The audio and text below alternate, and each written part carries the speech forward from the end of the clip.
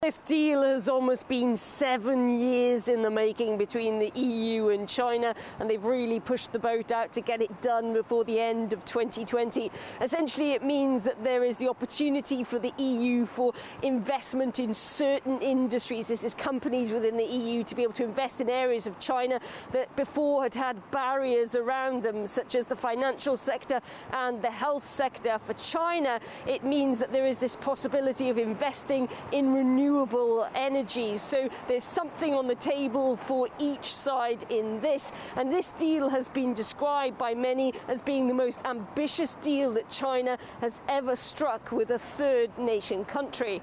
Tomorrow's post-COVID world needs a strong EU-China relationship to build forward better. But this requires cooperation, reciprocity and trust, especially in our trade and investment relationship. But this deal comes with a huge amount of criticism. Many have said that the EU is far too soft on China on issues such as labour rights and human rights. In fact, some EU countries said they were unhappy with the fact that the EU hadn't done enough to secure those issues. These countries were countries such as the Netherlands and Belgium. And there was also criticism from some EU parliamentarians who said, you know, essentially this didn't tackle issues such as Hong Kong and that of the Uyghur Muslims in China.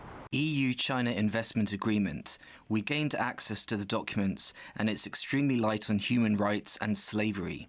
As I feared, the French declarations on putting an end to forced labour as a condition for a deal were just empty words. Hey, von der Leyen, European Commission President, Valdis Dombrovskis, Josep Borrell, you should raise recent human rights issues when you talk to Xi.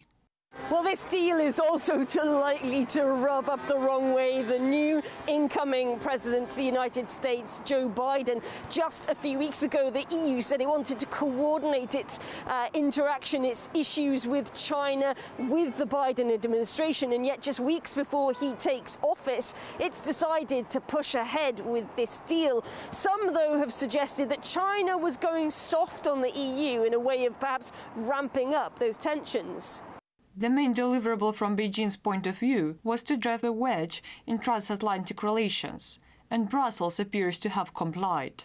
It's just mind-boggling that the EU would even consider rushing to agree an investment pact with Beijing weeks before Biden takes office, after claiming for several years that they wanted transatlantic cooperation on China. Well, the EU has rejected that criticism, saying that Washington has done its own deals over trade and investment with China under the Trump administration, so that's by the by. But regardless of the geopolitics surrounding this deal, what is clear is that Angela Merkel wanted to get it done before the EU presidency transfers to another country next year. And it seems for her, because she believes that this gives the EU a more level playing field against China, and that trumps everything else.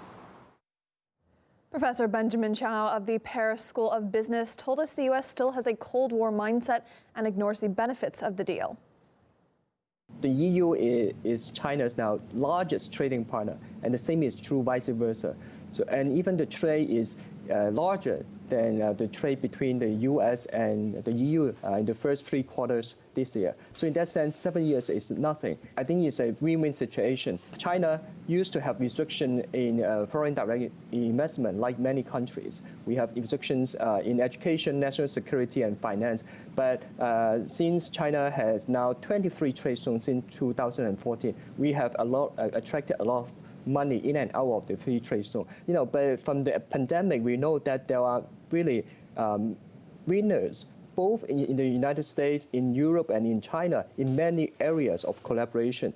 The pandemic, the climate change, poverty elevation, Belt and Road Initiative, and so on. The U.S. is still having a Cold War mindset. So I think we need to have a bigger mindset, more open, to look for gains rather than dispute it.